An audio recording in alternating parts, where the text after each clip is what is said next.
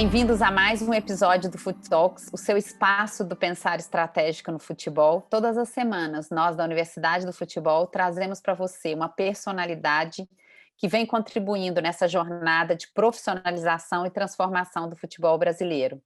Nos acompanhe nas nossas mídias sociais, siga os canais da Universidade do Futebol e esteja conosco nesses espaços. Hoje temos o prazer de receber Bruno Costa. Ele é o Head de Recrutamento e Scouting do San José, nos Estados Unidos, Califórnia, e ele vai compartilhar conosco da sua história do MLS e muitas outras situações e aprendizados. Bruno, muito bem-vindo. Comece a falar sobre você, sobre sua carreira. Obrigado, Heloísa. Obrigado, professor Medina, Rafael, pelo convite. Sempre um prazer estar aqui conversando com vocês. A Universidade de Futebol que fez e ainda faz parte da minha formação, não só como ser humano, mas como profissional. Então, sempre um prazer. Eu sou oriundo de Porto Velho, Rondônia. A minha história já começou ali em 95, quando eu tinha 15 anos. Eu decidi vir para os Estados Unidos pela minha primeira passagem para fazer um intercâmbio, já aprender um novo idioma. E o que era uma viagem de 6 meses, Heloísa, virou 5 anos. Ganhei uma bolsa de estudos para terminar high school numa academia na Flórida, na IMG. E logo em seguida eu ganhei uma bolsa para jogar futebol numa faculdade em Miami. Mas aquele sonho de garoto de jogar futebol falou mais alto. Depois de um ano, acabei largando a faculdade, buscando o sonho de jogar profissional, mas devido a 2 lesões sérias que eu tive de joelho em 2001, com 21 anos, ainda muito jovem, todo esse histórico dos Estados Unidos me auxiliaram a tomar a decisão de finalizar meu curso de gestão esportiva. Apliquei para fazer um estágio na CBF e ali começou a minha história. Fui supervisor das seleções de base do Brasil durante 6 anos, na minha primeira passagem, depois executivo do Fluminense por 4 anos, da base, executivo do Figueirense. Em 2012, retornei para a CBF como responsável pelo departamento de observação técnica das seleções de base. Foram mais 4 anos ali na CBF, de muito aprendizado, mas aquele sonho, aquela vontade de voltar para os Estados Unidos e participar do crescimento do futebol americano falou mais alto. Em 2016, eu recebi o convite do grupo de donos brasileiros, incluindo o Ronaldo, que tinha uma equipe na Flórida chamada Fort Lauderdale Strikers, que disputava a 2ª divisão, para ser o executivo de futebol. Fiquei um ano nessa equipe. Em 2017, no começo do ano, o San Jose Earthquakes, que é a minha atual equipe, me fez o convite, através do seu presidente, para assumir o departamento de scout e análise de mercado do clube de recrutamento. Então, já estou indo para a minha 5ª temporada. Então, são aí 20 anos praticamente de carreira inserido dentro desse mercado. Bruno, você tem assim, uma larga experiência dentro do futebol no Brasil e também nos Estados Unidos, principalmente, Já visitou vários países, conhece profundamente aí o mercado. Qual a correlação que você faz entre a cultura futebolística brasileira e americana? Porque se fala muito, às vezes, de por que a gente não aproveita isso, aquilo como modelo, principalmente de evento, de organização, que os Estados Unidos são realmente muito desenvolvidos. O que você acha, na tua opinião, com essa sua rica vivência nesses 2 cenários culturais, que poderia, de fato, ser aproveitado no Brasil, e vice-versa? Medina, a gente sabe que o esporte, de uma forma geral, nos Estados Unidos é um evento. O Game Day, que eles chamam nos Estados Unidos, ele é uma das principais fontes de renda, de receita também dos clubes. Geralmente, 3 horas antes das partidas, você já tem todo um processo de aqui chama de fans engagement, que é de você ter esse tipo de entretenimento com os fãs. As famílias, elas vêm muito para os estádios, é uma coisa assim formidável. Você tem uma questão social também junto com a comunidade gigante.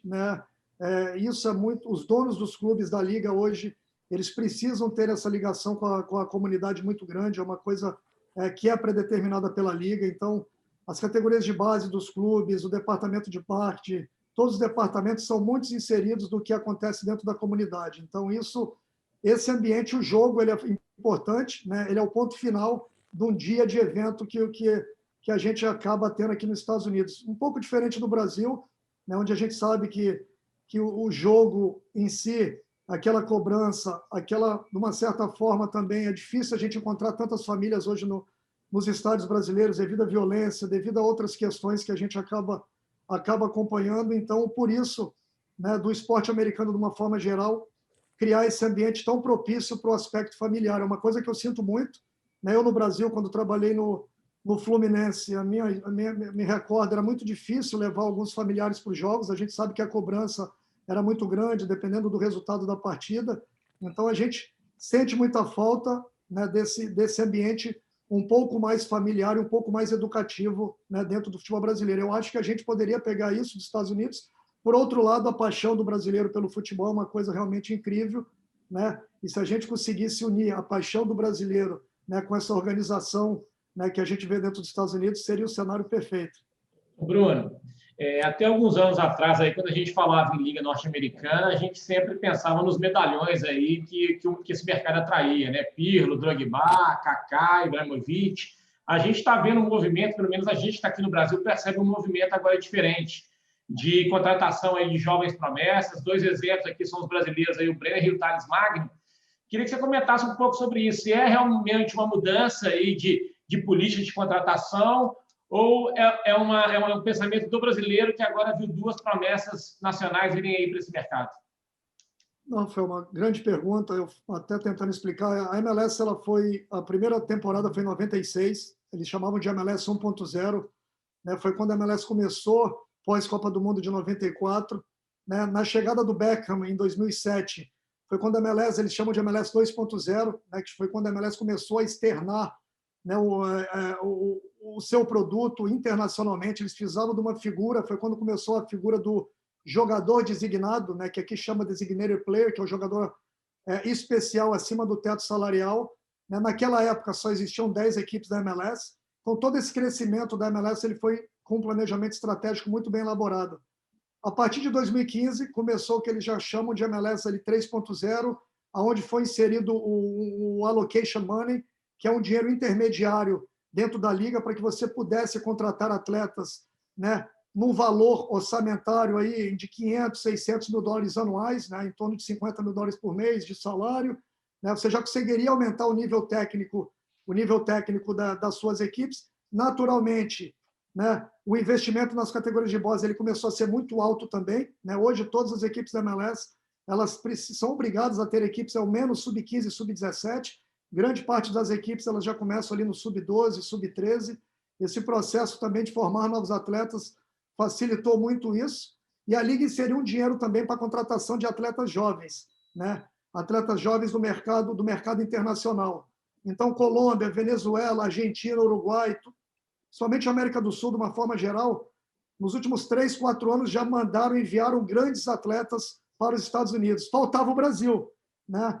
E era uma coisa que eu, estando na MLS há 5 anos, né, a gente tem o Zanota ali no Dallas, o Ricardo e o Muzi no Orlando City. Eu acho que foi importante também, né, para o mercado brasileiro, ter brasileiros na liga que pudessem externar para os profissionais, para os executivos dos clubes brasileiros, como a liga estava atrapalhando, né? Isso facilitou, com certeza, a chegada do Brenner, né, e a chegada agora do Thales Magnus. Hoje o Brasil, né, depois de Estados Unidos e Canadá, que são, obviamente, os dois países que têm equipes na liga, é o segundo país com o maior número de atletas, só atrás da Argentina, né, com quase 30 atletas hoje dentro da MLS. E a tendência no futuro próximo, com certeza, é que esse número aumente cada vez mais. Bruno, em conversas recentes nossas, você estava me contando em detalhes como é que é a estruturação, como que a MLS funciona, qual que é o investimento que a Liga faz nas questões de softwares, de tecnologia, como vocês trocam informações na área de gestão e como tudo isso contribui para o desenvolvimento do futebol americano. Fala conosco um pouco como é esse desenvolvimento e quais são os ganhos que vocês têm por vocês atuarem numa indústria com uma visão mais estratégica e com uma estrutura mais integrada. Luísa, a MLS é uma liga totalmente regulamentada, né? A nível de teto salarial, a nível orçamentário. Né? Os donos são donos de todos os clubes, eles são donos da liga, eles fazem parte, então É importante para o dono do San José ter um Los Angeles Galaxy forte, ter um Orlando City forte, ter outros clubes fortes. Por isso, né, a importância dessa regulamentação. Na última semana, né, é aberto, público, se você entrar no site da Associação dos Jogadores Profissionais da MLS, você já tem todos os salários anuais e de negociações dos atletas, é muito transparente, né? A diferença da equipe que gasta mais para a equipe que gasta menos, ela é uma diferença muito pequena comparada com o que a gente encontra em outros mercados, por isso do equilíbrio técnico que a gente vê na Liga, onde o último colocado numa temporada ele pode ser o campeão na temporada seguinte, né? Hoje a gente tem um clube com investimento em torno de 9,5 milhões com mais baixo e o clube com investimento mais alto com 17 milhões e meio. Então, né, uma média de 12 milhões e meio. Eu vou te enviar depois os números que foram lançados na semana passada. Dentro disso vem as reuniões são todas coordenadas. A MLS hoje é responsável também pela competição MLS Next, uma competição que foi lançada no ano passado, responsável por todas as categorias de base, pela principal competição de base, né, dentro dos Estados Unidos. A MLS hoje ela organiza isso. A gente tem a divisão, né, de todos os softwares, onde o GPS, o que um atleta fez num jogo, a nível de atividade, é dividido com todos os outros clubes e divulgado na Liga. Você tem acesso na rodada final, o atleta que mais percorreu distância dentro de campo, de toda a rodada. Você tem, então, informações que são muito importantes, até mesmo para a contratação de atletas de outros clubes da Liga, para trocas que você faz dentro da Liga. Você tem a imagem aberta, né, de todos os jogos, que é dividida entre todos os clubes pós-jogo. Né? A gente tem uma plataforma para fazer o upload do jogo completo aberto. Hoje, a gente tem uma parceria com a Sector Spector. O San José, a nossa equipe, foi a primeira equipe que começou, que é uma ferramenta, um software de inteligência, onde você tem as câmeras instaladas no teu estádio. No nosso estádio tem 12 câmeras instaladas, 12 ou 14, né? O San José, em 2017, foi o clube piloto da Liga. Hoje, todos os clubes da Liga hoje têm essa participação com a Sector Spector. Então, o número de informações que chega hoje dentro da Liga, a parte analítica, ela é muito importante para as tomadas de decisão, não só no aspecto técnico, mas também no aspecto de business, no aspecto, né, de venda de tickets, no aspecto administrativo. A parte analítica ela é muito forte para tomadas de decisões e para o planejamento estratégico da Liga do modo geral, né, no macro. O Bruno, o que você traz é tão fantástico, porque, como antigamente muitos ainda pensavam que informação era poder, a gente já vem experimentando, né, que a informação, ela não é, guardar a informação não é poder. E você conta uma liga que é estruturada num modelo completamente diferente. Então, eu te pergunto, o que faz a diferença, então, é o ser humano? Sem dúvida. Eu falo isso muito. Eu acho que a nossa geração, né, eu falo a minha geração, vocês, a nossa geração ali dos anos 80, 70, somos muito privilegiados, né, de ter pego essa transição para a parte informática e ainda ter a essência, né, de colocar a mão na massa, de poder vivenciar realmente a experiência de campo, né, de entender isso. Né? Então, principalmente no meu departamento hoje, aqui dentro do clube, né, que eu exerço, Luiz, que a gente trabalha com muitas informações, né, na parte analítica, nas questões de tomada de decisão, de análise de mercado, para tomar decisão na contratação do jogador. Mas eu sempre falo que o feeling, o conhecimento, a experiência nossa na hora da decisão, ela é fundamental, ela não pode ficar de lado. As tomadas de decisões que eu participei aqui, que foram direcionadas para isso, obviamente, com os embasamentos analíticos, com os embasamentos, né, de números, que também são importantes, foram as melhores decisões que a gente tomou. Então, quando a gente toma uma decisão, ela não é só voltada, principalmente no aspecto técnico, né, na contratação de jogador, ela não é só voltada para as questões analíticas, né, e também não é só voltada pelas questões empíricas que a gente tem dentro do futebol. Então, a gente precisa ter esse equilíbrio, né? Então, vivenciando isso a cada dia, eu vejo o quanto é importante, porque envolve... A gente lida com o ser humano, né, professor? E o ser humano ele é plausível de mudanças, né? Então, a gente tem que entender, né, principalmente a MLS sendo uma liga com 76 nacionalidades, Heloísa. Saiu um artigo muito bacana semana passada que eu vou te enviar, principalmente durante a pandemia, a partir do momento que você traz atletas de uma cultura diferente, do nível social diferente, você precisa ter todo um acompanhamento, uma estrutura, né, que a gente criou um departamento aqui de Players Care, que é para tomar conta do jogador, para que esse atleta possa performar no seu máximo também dentro de campo.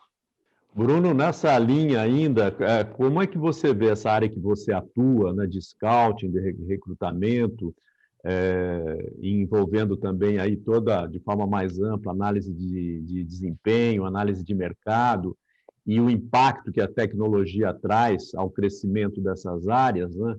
Como é que você vê hoje os Estados Unidos em relação ao mercado europeu e brasileiro? Que estágio você acha que os Estados Unidos se encontra hoje, né? E também esse comparativo não só do suporte tecnológico, mas também em termos de atenção aos recursos humanos que você citou e que valoriza muito também, né? Como que você traçaria assim, uma comparação entre esses três mercados, o americano, o europeu e o brasileiro? Medina, muito bacana, porque eu evolui tanto profissionalmente nesses últimos 4 anos aqui no clube, principalmente dentro dessa área, porque morando no Vale do Silício, morando onde tudo acontece a nível tecnológico, eu fui, de uma certa forma, obrigado, né, a me inserir dentro desse processo, dessa cultura, né, e tentar interpretar e entender. E a pandemia, né, me fez, né, por trabalhar numa equipe no Vale do Silício, todo mundo quer entender o que o San José faz, o que a gente faz aqui. Então, empresas, né, europeias, asiáticas, brasileiras, sul-americanas, todas entraram em contato com a gente nos últimos 2 anos, e eu fiz várias reuniões com as principais empresas hoje, né, a nível de recrutamento, a nível de software, a nível de análise de desempenho, análise de mercado. Então, foi muito rico isso, e eu vendo hoje que o futebol brasileiro, o mercado brasileiro, ele já está começando a absorver isso. Não sei se você acompanhou o Cícero, quando deu a palestra dele para o curso de executivo, né, que eu estou fazendo a 2ª turma. Eu trouxe para eles que a StatsBombs é uma empresa que vem entrando muito forte dentro desse mercado, já muito forte na Inglaterra, e o Atlético Mineiro agora anunciou há 3 dias atrás que eles fizeram uma parceria com a StatsBomb. Então, a informação hoje, como a Heloísa disse, ela é globalizada. A informação ela está a seu alcance. Cabe a nós, profissionais, abraçar ou não e utilizá-la da melhor forma. Então, eu vejo hoje o futebol brasileiro indo para o caminho muito bacana, né, muito correto, até porque nós temos o produto, né, Medina? A gente tem um jogador, né, e você precisa usar um benchmarker. E onde que você vai usar esse benchmarker? Não tem lugar melhor do que você usar isso com o Brasil, com a qualidade que a gente tem de formação, com a qualidade dos profissionais que a gente tem hoje dentro do futebol brasileiro. Então, eu vejo hoje um mundo muito globalizado, Medina. Eu participo de reuniões diárias, né? A questão do idioma facilita muito, ela é fundamental, é uma coisa que eu falo muito. Né? Você ter um inglês fluente, você ter um espanhol fluente, para você fazer reuniões, né? Facilitou muito e facilita muito a inserção dentro desse mercado, não só para a troca de informação, mas para finalizar as negociações. Né? Quando eu quero conversar com o executivo do Atlético Nacional da Colômbia para finalizar uma negociação, eu falo direto com ele. Você quer ligar hoje, o inglês é uma liga mundial, então você consegue entrar na Escandinávia, que é um mercado que está crescendo muito, você consegue entrar na Alemanha, na Ásia, né, o mundo árabe. Né? Então, eu falo que a MLS é uma liga global e ela obriga a gente a abrir os nossos olhos para o mundo. No Brasil, né, quando eu trabalhei no Brasil, era muito voltado normal para a América do Sul, né, Medina? Uma coisa natural, Brasil e América do Sul. E a MLS, de uma certa forma, ela abriu muito a minha cabeça, né, para o mercado global. Aqui no Brasil, o futebol ele é o esporte número 1 aí do povo, da população. Nos Estados Unidos, o soccer aí não é bem assim, né? Nós temos o basquete, o futebol americano, o beisebol. Queria que você fizesse uma análise até histórica desses 4, 5 anos que você está aí, como é que o soccer vem crescendo em nível de popularidade, de transmissão de jogos, e se você sabe qual que é a expectativa que a Liga tem de posicionamento do soccer dentro dos esportes aí nos Estados Unidos. O americano, quando ele faz alguma coisa, a gente sabe, é tudo com planejamento estratégico. A Copa de 94, né?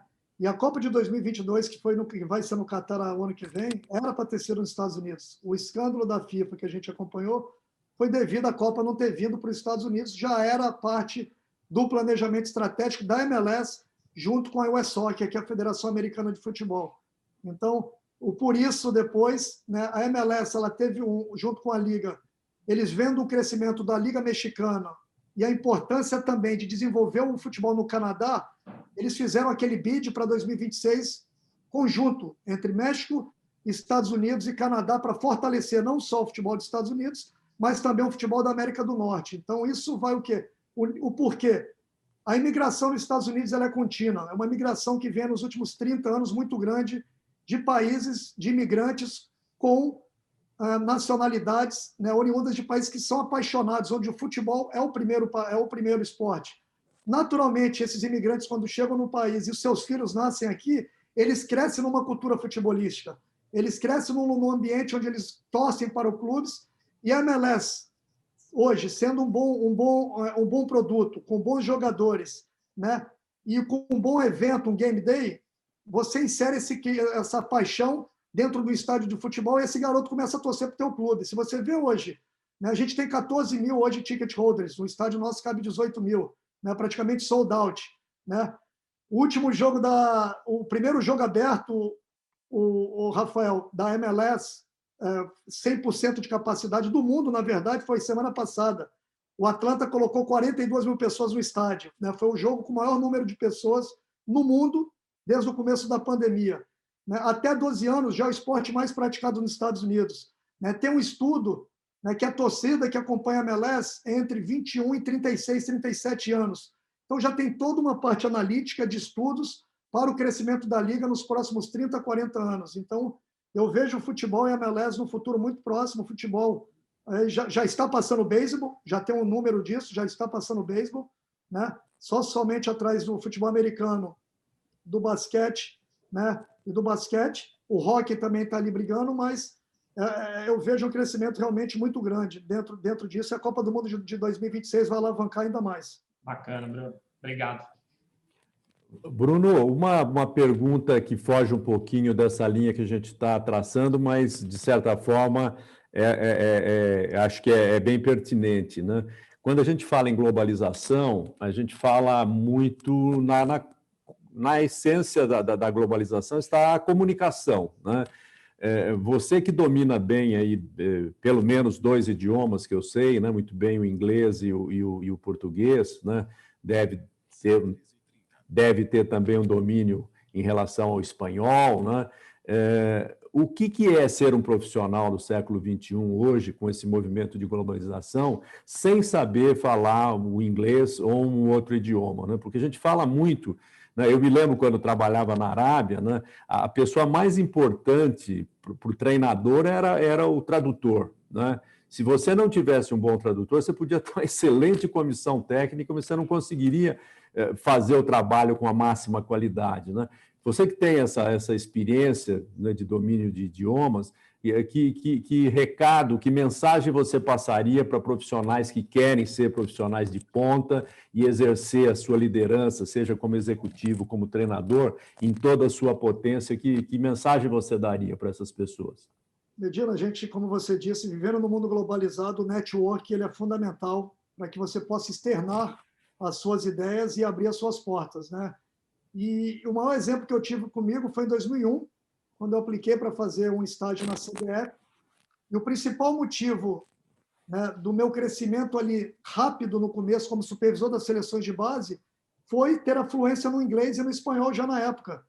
Porque ninguém falava inglês fluente, né, que fazia essa questão, as seleções de base, tendo que viajar para campeonatos mundiais, viajar para a Europa. Na América do Sul, com o portunhol ainda, o pessoal conseguia, né, no sul-americano se virar, mas a nível internacional era fundamental você falar inglês. Você ia para o Mundial da FIFA, os regulamentos, né, naquela todos os ingleses, a comunicação com os torneios eram todos em inglês, e eu, falando inglês fluente, foi a porta de entrada que eu precisava para mostrar o meu trabalho. Então, eu vejo como fundamental. Né? Eu fiz uma reunião antes de ontem, né, com o grupo de scout do Crystal Palace, né? Fiz uma reunião com o pessoal do Midland, que é um clube da Dinamarca, faço reunião com o pessoal do mundo árabe, né? O Carlos Zanatti é um grande amigo, está lá no Cofarcan, faço reunião com o pessoal, mas tudo em inglês. Então, você consegue passar a tua metodologia, passar quem que você é profissionalmente, né? E você abre a sua porta e potencial de estar inserido no mercado, de conseguir um trabalho em 90% ou mais, Medina, sem dúvida nenhuma. Maravilha. E, Bruno, Pegando uma carona aqui, você também, a gente tem a honra, aí a gente estava nos bastidores dizendo de ter tido você na nossa turma 001 no nosso GT, né, no Gestão Técnica com a Visão Sistêmica, que foi sempre a marca da universidade, e agora estamos indo para o GT 17, né, como você bem disse, começamos lá com essa visão de estar sempre à frente, e essa é a nossa paixão e obsessão, trabalhando para isso. Então, a minha pergunta, qual a importância que a formação tem na sua carreira e qual mensagem você deixaria para os executivos que querem se profissionalizar, evoluir na carreira, mas também para aqueles que querem entrar na gestão do futebol? Luísa, obrigado por fazer essa pergunta. Eu sou apaixonado por educação, por aprendizado, né? E um dos motivos, né, de eu ter vindo para os Estados Unidos a primeira vez, quando surgiu a oportunidade, imagina um garoto saindo de Rondônia, né, vindo para os Estados Unidos em 95, eu já visualizava aquele sonho de jogar futebol, aprender um novo idioma, né, e fazer o curso, Heloísa. Naquela época, eu já tinha a pretensão de fazer Sports Management. Era uma coisa no Brasil inimaginável na época. Quando eu voltei para o Brasil para finalizar o curso, o único motivo de eu ter ido para o Rio de Janeiro era porque a faculdade da cidade, através do falecido professor Mauro Bozelli e o do Meijar na época, o senhor lembra, professor Medina, tinha um curso de gestão esportiva superior aprovado pelo MEC. Então, foi um principal motivo de eu ter ido para o Rio, voltado para o Rio em 2001, naturalmente entrei na CBF, fiz a primeira turma do curso, fiz da Fundação Getúlio Vargas, fiz o curso de gestão técnica, curso de governança da CBF, finalizando o curso de executivo, curso de gestão de futebol da CBF Academy, minha primeira turma eu participei. Então, tudo que era voltado para a gestão, né, para capacitação, eu sempre procurei estar inserido, aprendendo, né? Então, foi uma coisa realmente que eu... Gestão técnica do futebol, da Universidade do Futebol, quando o professor Medina, na época, eu sendo membro da ABEX, Associação Brasileira dos Executivos de Futebol, né, nos deu essa oportunidade de fazer o curso na primeira turma em 2012, né, professor? Isso aí. Participei e vejo a qualidade, né, que já era o curso há 9 anos atrás. Então, eu quero continuar e continuarei com certeza participando dos cursos da Universidade do Futebol, dos cursos da CBF Academy. Estou fazendo curso também aqui na Federação Americana agora de futebol. Então, sempre procuro me capacitar muito e é fundamental, né, andar lado a lado a questão do idioma com a questão educacional, Heloísa. Elô, Rafael, tudo verdade, viu, que ele falou. Esses cursos que ele fazia e tudo, eu já era velho quando ele fazia, mas testemunhei tudo que ele fez, viu? É um exemplo aí de uma pessoa assim que insiste muito, aposta muito na formação, na educação, né? Realmente você é um exemplo para muitos, viu, Bruno? Parabéns aí por esse seu percurso profissional. A gente precisa de referências, né, professor? E eu ia falar o senhor por respeito, mas você sempre foi referência para todos nós. Eu acho, por isso hoje, Medina, eu procuro responder. Eu tenho um LinkedIn que tem mais de 30 mil pessoas, eu tenho o meu Instagram. Eu sou uma pessoa, minha esposa brinca comigo, eu gosto de dar um conselho, de passar informações e trocar um pouco do que eu aprendi, da oportunidade que eu tive, para direcionar, né, novos profissionais, novas pessoas no mercado. A gente sabe o quanto é difícil, né, Heloísa, a gente ter um começo, a gente ter uma ajuda, uma palavra que nos vá direcionar, né? E eu vejo hoje o tanto que isso é importante, o quanto eu vejo pessoas vindo. Bruno, você lembra aquele dia que eu tive com você no Fluminense em 2007, ou na seleção? Está aqui o teu cartão, você me orientou isso, me ajudou. Então, eu imagino que com você também, Medina, isso acontece dia a dia, hora a hora, e a Heloísa também, né, o Rafael, isso é muito gratificante para a gente, porque a gente precisa fortalecer a imagem do profissional brasileiro, Medina.